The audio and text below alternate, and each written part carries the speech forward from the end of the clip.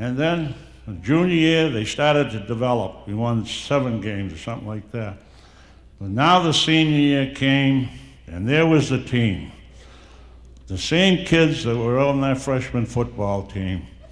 That was Norton, center, Bazarian, Ainello guards, Sansoni, Caruso, Valenti tackles, Pepe Smith, Tom Stanley ends, backfield, Migliaccio quarterback, Mancini, Veracchi halfbacks, and Bobby Capadonna fullback. And this was a team that formed a very, very strong bond amongst them. These kids were achievers, academically and otherwise. They were the happiest kids that you ever want to see. They practiced very hard, they wanted to win, and they were very loyal. Until this day, some 36 years later, every Super Bowl day, Bobby Capadonna invites the whole squad up to his house and watch the Super Bowl game with a little buffet, and they have a football pool, and they crack jokes and everything, and they have a wonderful time. And these people now these kids are all over 50 years old. Some are grandfathers. There's only one bachelor amongst them, Larry Caruso. All the rest are all married. And they're a great bunch of kids that I love very, very dearly. And in fact, my latest child, Joni, godfather, is Bobby Capadonna. But we had great leaders, Bobby Norton, Harvey Bazarian. They were tremendous leaders. And to show you the loyalty of this group, when they voted for captain, they didn't vote Capadonna and these guys. They voted the lineman, the right guard and the center, Bobby Norton. And just to show you the unity amongst these kids. Well, anyway, coming up the Belmont game, Bob Norton walks into my office and he says, "Coach, I got a favor to ask of you." I said, "What's that?" He said, "I want to play the whole game. I haven't played defense in my career in Watertown." I said, "Well, you know, Bobby, you're the only center I have. If you get hurt, who's going to center?" "Oh, I won't get hurt." So we start the game, bang. Somebody's laying down around the 50-yard line. So I said to Doc Mastrangelo, "Let's go." Girl there, "Who is it?" "Bobby Norton." She's laying down. "Oh, my leg. Mastrangelo says, "He got to get up." I said, "I hope he can get up. There's no center." And Bobby Norton played the whole game on one leg, believe it or not. You know, and what Belmont did that year, there was a rumor around that we were going to beat them 100-0. So what they did, very cleverly, they called our superintendent of school up, and they asked me as head coach and bring 2 or 3 fellows over to Belmont, talk to their student body, and assure them that we would not beat them 100-0. And all the time they were watering us down. And by God, what a game Belmont gave us that day. We couldn't do anything. If it wasn't for Tony Mancini and a couple of reverse plays were scored. But I made the best football call in my coaching career. It was getting down around the end of the 4th quarter. Watertown's leading 13-8 or something. And we got the ball on our own 35, 40-yard line, and I could see it coming. Something was going to happen. Belmont's going to get that ball, and they're going to score, and they're going to upset us. So it was 3rd down. And I had the best football kicker in high school football, Tom Stanley. He could kick a ball 60, 70 yards. So now Belmont didn't know what to do. I called the punt formation, and even my own kids looked at me and said, "Dude, this guy crazy? It's 3rd down." But Belmont now was waiting for us to throw a pass. So their safety man moved up a little. And Stagger Stanley's, they called him, he hit one about 70 yards. What a spiral. And it laid dead down on the 10-yard line of Belmont. First play, Belmont fumbles. Next play, Capadonna scores. Game's over. Next thing you know, we find ourselves in Florida watching Joe Bellino, Heisman Trophy winner, and our own Ronnie Testa. They're playing Missouri, and the kids had a ball. We raised $5,000. We took the whole squad, coaches, everybody, and we had a great time. Now, I'm going to let you in on a little secret. I don't want to prolong this, as I told my great friend Hugo down there. He said, keep it quiet, keep it quiet. I said, I'm going to speak 2 hours, Hugo. You keep bothering me. But I won't. But I want to tell you what these boys are like. They had the community spirit. You know that boys club, and they call it girls club today too. You know that would not be there today if it were not for these football players. And you probably are saying, what does he mean by that? Well, there were 2 gentlemen, both deceased now, Larry Crusoe's father and Ray Dupree. And they come up to my house one night and they said, come on, we're going down to the park commissioner's office. So we went down there and there were 2 members. There was a vacancy, a board of 3. It was Peter Santa Maria and John Manning.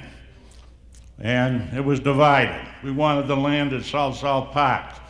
And Peter Santa Maria said, you got my vote, and Manning said, you don't. So on the way out, Mr. Dupree said to me, well, that's that. And I said, not necessarily.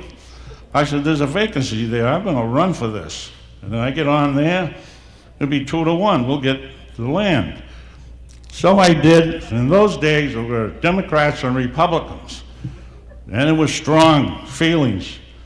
And gee, lo and behold, I lost. I lost in the primary. I lost. I couldn't believe it.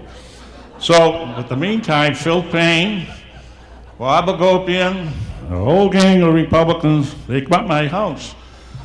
They said, congratulations. I said, for what? We wrote you in, sticker on the Republican ticket, and you got the nomination.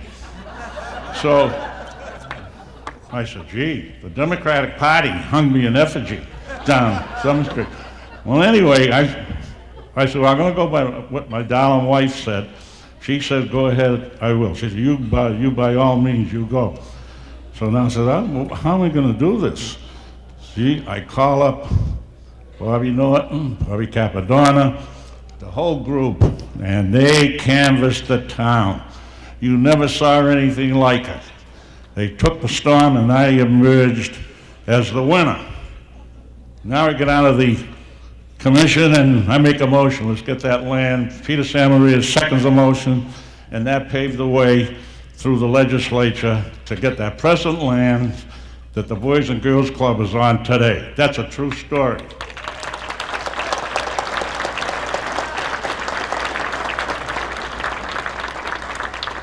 But again, this evening, I'm a very fortunate man.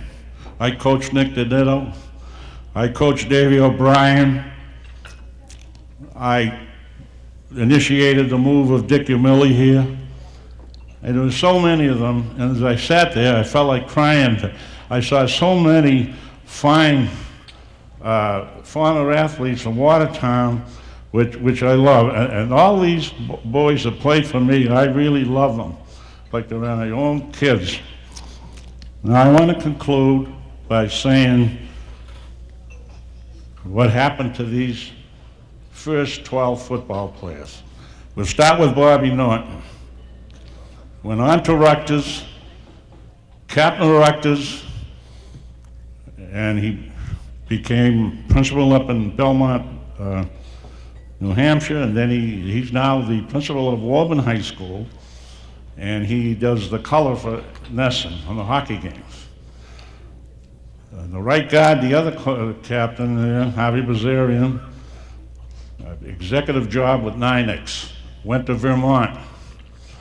The other guy, Jack Ionello, I haven't seen for 30 years, electrical engineer, graduate of Yale, and the last I heard, he was in northern Italy, living in northern Italy, and I saw him tonight with his mother. The tackles, Eddie Valenti, went on to Boston College, and he now is manager of Chevrolet franchise in Hyannis. The other tackle, Larry Caruso, went to Boston College. He is now an accountant for Channel 5. The underclassman, Tommy Sansoni, he went to Northeastern, and he And he taught school in Hingham, I believe, for a while, but now he's working in the Patriots office. In the end, George Smith, he went to Syracuse, he's teaching Watertown school system. The other end, he's not here, Tommy Stanley, I think he's in Texas someplace. He has about 5 kids, and he's a draftsman. Now we go to the Italian backfield. Ronnie Migliaccio, wow. What a ball handler. What a magician. What a safety man. You couldn't fool him. He went on to Wyoming, and Bob Devaney was the head coach of Wyoming, who later transferred to Nebraska, and Tom Osborne is a pupil of Bob Devaney. At the halfbacks, Tony Mancini went to Northeastern. He's now a draftsman. And Al Verrocchi, he went to Indiana, Big Ten, and a little story about Al Verrocchi. Coach from Indiana came in, and he said, hey, Vic, you got any ball players? I said, I got a great defensive back. Really? This kid's a good defensive back, got good hands and everything. Who is it, Al? We bring in a movie. I brought in a movie. He said, you got a scholarship. He went to Indiana. And now I'm going to take the greatest running back in the history of Watertown, the greatest football player that I have ever coached, the most humble guy, all scholastic, all American, and went on with the Boston Patriots, Buffalo Bills, the godfather to my daughter, a wonderful wife, great kid, and he is got an insurance agency in Watertown Square. And I forgot about Migliaccio, getting back him a moment. He's in the consultant business of telecommunication. Mancini's in draftsman, and Al Verrocchi's in the landscaping business. So you can see that these kids were achievers, and not only athletically, but also in the classroom. A couple of funny stories, and then I quit. I know it was long, and we never had any coaches meetings. Frank Cousino, Frankie Solito, Dick Najeri, and myself, Dupree. We used to go in the shower room at Victory Field, and we'd talk our strategy, what we're going to do tomorrow and everything. And the next day, Bobby Norton would come up to me, hey, Coach, I think we're going to work on trap plays today. We're going to do some work on pass defense or something like that. I said, how does this kid know this? So I went in the next day, and I said to Frankie, I said, hey, you think this place is bugged? I said, why? He said, why? I said, well, these kids know what we're doing. So we're looking around, gee, sure enough, there's a vent there, an air vent up on top of the thing there, So Frankie Solito says, you guys go in the take a shower. I'm going to sneak around and see what happens. So out there, sure enough, it was George Barosian, God rest his soul. He's leaning against the building, and he taking it all in, and then he'd run in the dressing room and tell all the boys. And we had a mirror in the coach's room that we could see out, but they couldn't see in. So we throw the lights off, we were looking, gee, it's the funniest thing ever, if you ever want to see. And just recently they told me, I was very superstitious. I used to find a penny. I said, gee, we're going to win. Every day I find a penny. I said, gee, we're going to win every game. I look at a penny.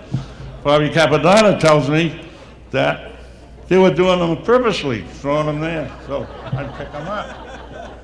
But again, I want to say that I don't want the credit for the football team. I did what I had to do. I reached my objective in life. I had 5 children, and after going to Florida and everything, I resigned. I resigned as football coach, and I will never coach another football team after these kids. So tonight, I'm the most happy individual to have had the opportunity to be with these boys forever, and they are really the most respectful,